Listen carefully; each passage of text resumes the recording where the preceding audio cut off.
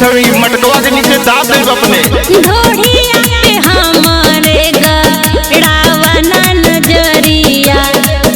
अब हित हमरो काटे रे उमीरिया देखी सोलह के जवानिया सनक जाई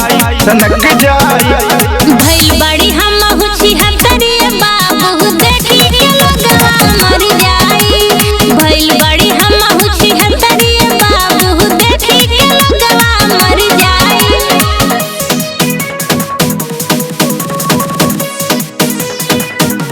भइल बड़ी हम हुची हतरिए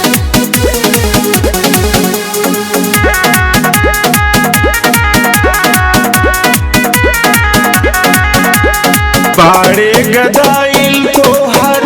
सुघर जवानिया देखेला लोग वाजब आए मुंह में पानिया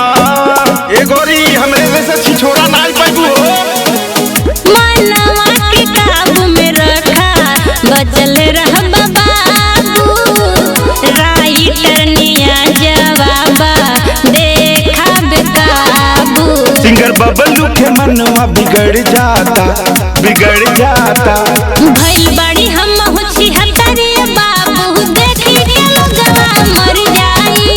भइल बड़ी हम हुची हतरिए बाबू देखी के लोगवा मर जाई अरे बाप रे जान ले भिकारे।